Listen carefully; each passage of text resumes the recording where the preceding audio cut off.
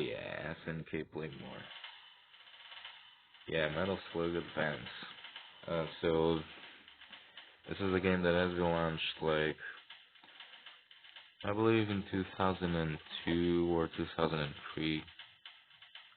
It might as well have been actually 2004, but I believe somewhere between 2002 and '03. And the game was launched for Game Boy Advance. And like this is a spin-off game, and it is actually pretty cool. It has a few differences in terms of gameplay and stuff in comparison to um, other Metal Slug games, the mainline games. Uh, so we have these two new characters, Walter and Tyler. Let's go with Tyler, because why not?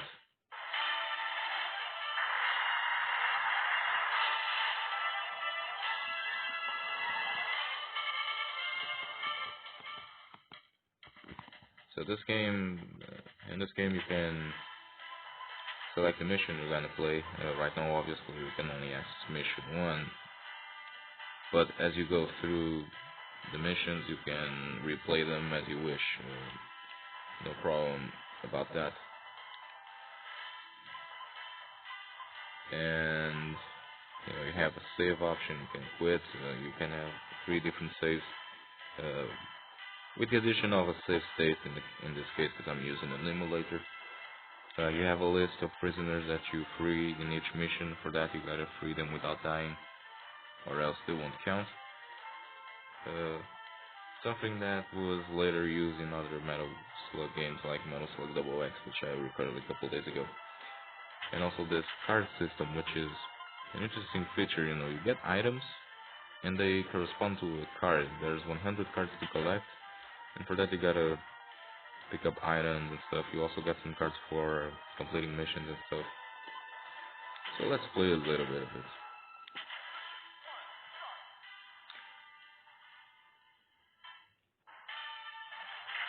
Like I said, this game has a few differences in terms of gameplay and stuff.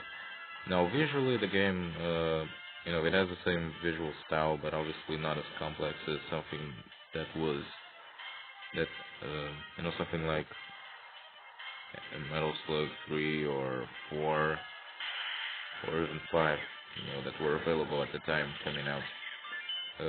Those were arcade games and home console games, so like they had much more complex animations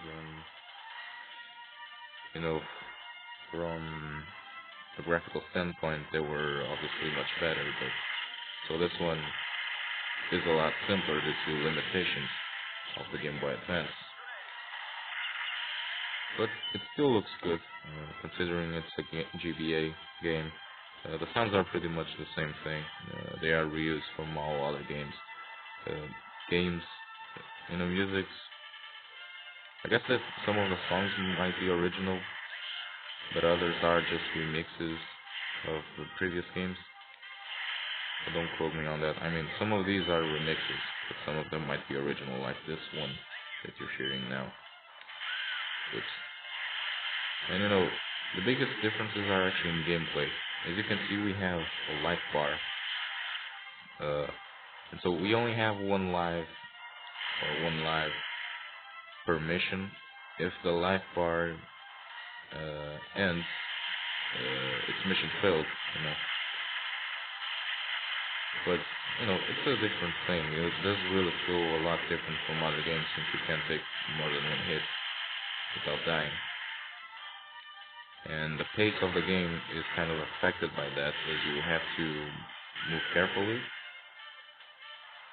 because I'm not really sure if you can actually replenish that life bar, but yeah. I mean, since this is a console exclusive, I was expected to have something like infinite continues or something like that. I was actually not necessarily expected to have a life bar. It's a life bar just like the ones in the Metal Slugs itself, just a little bit different. And By the way, I just remembered that.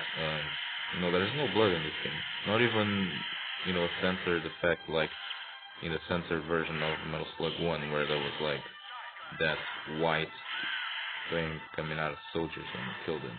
It looked like sweat. Kind of a Mortal Kombat kind of censorship. There isn't anything like that, so there aren't as many visual effects. But the game looks good, naturally. It plays pretty much the same, but it also, as you can notice, up here, there's no score. This game doesn't have your typical arcade progression in terms of score and stuff. That doesn't necessarily affect the experience of the game too much. It's a different feel to the game, The game has a slightly different feel in comparison to more conventional games of the series.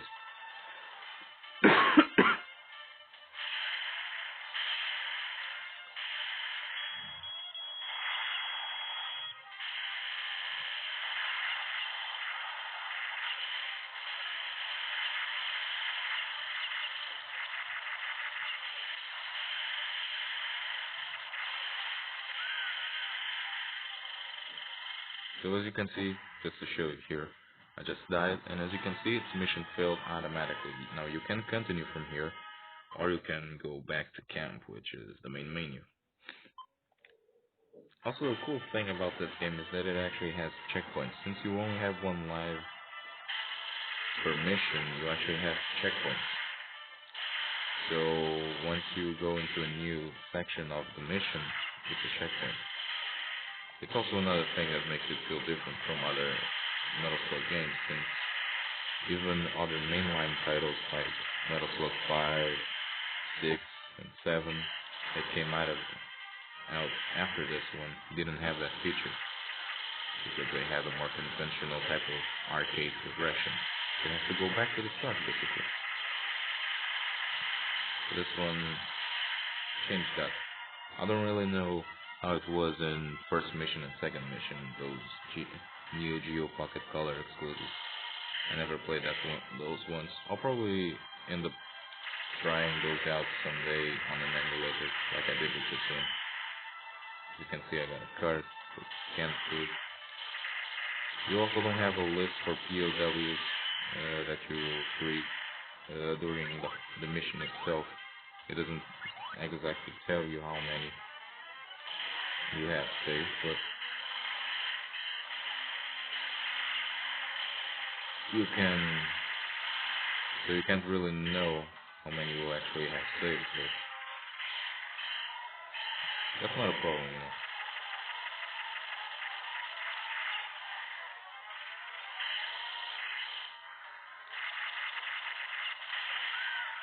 Ooh.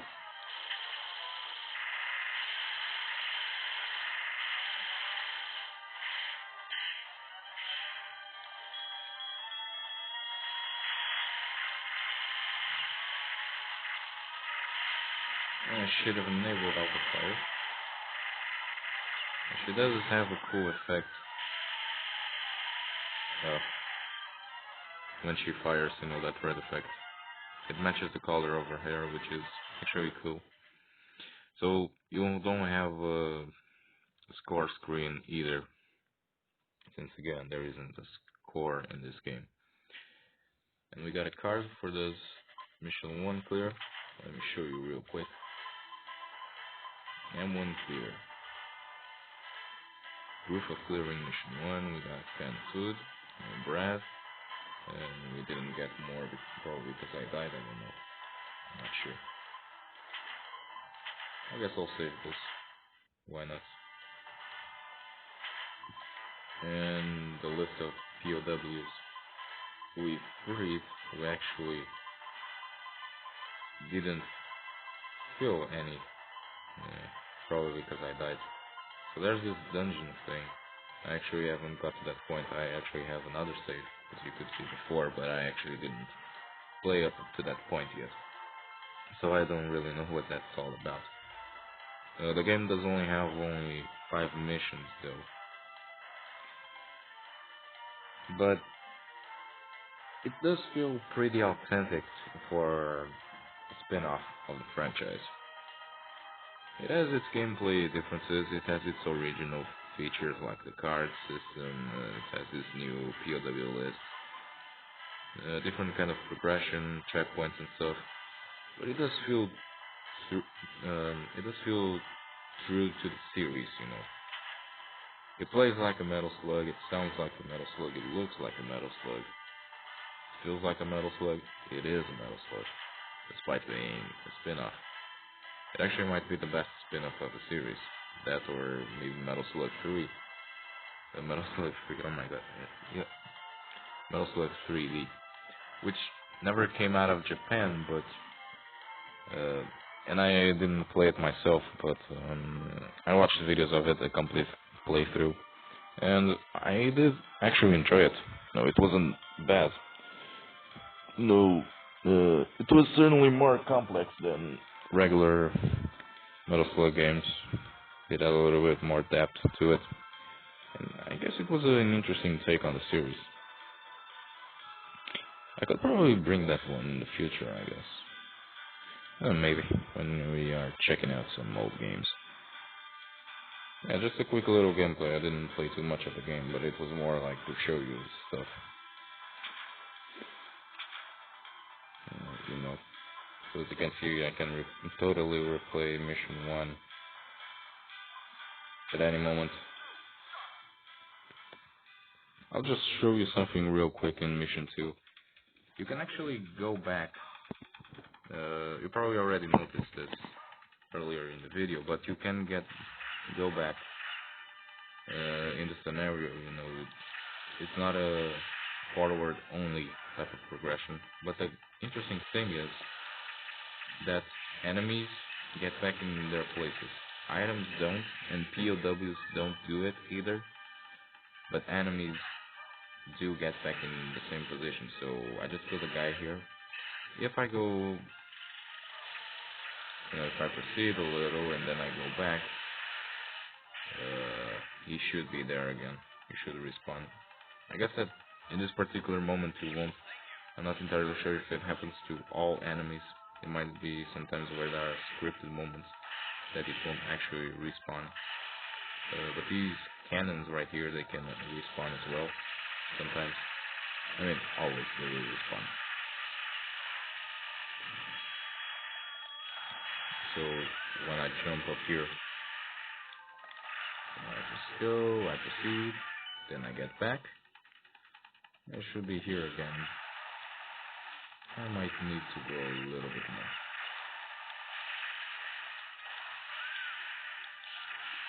But as you can see, regular enemies at least come back. As you can see, these guys came back. It appears that it might not happen to every single enemy. Maybe. Or it's just because I didn't go far away enough and the cannons don't actually respawn at all times.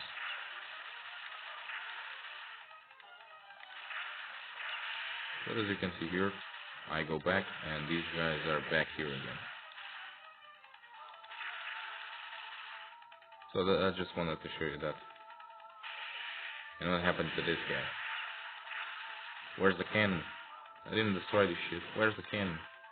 Where's the cannon, boy? Fuck up.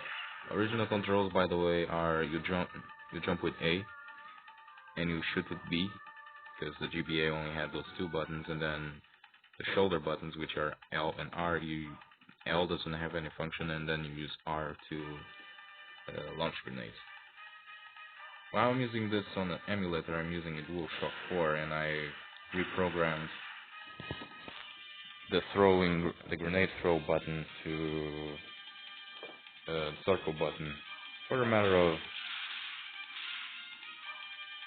not misclicking the button and exiting the game, because that was a function of the circle button before. Just because that's the way I played in other Metal Slugs. Well, anyways, I'll end the video here. I think it's of a good size. And I will see you next time. Goodbye. Hope you enjoyed it. And I will see you next time.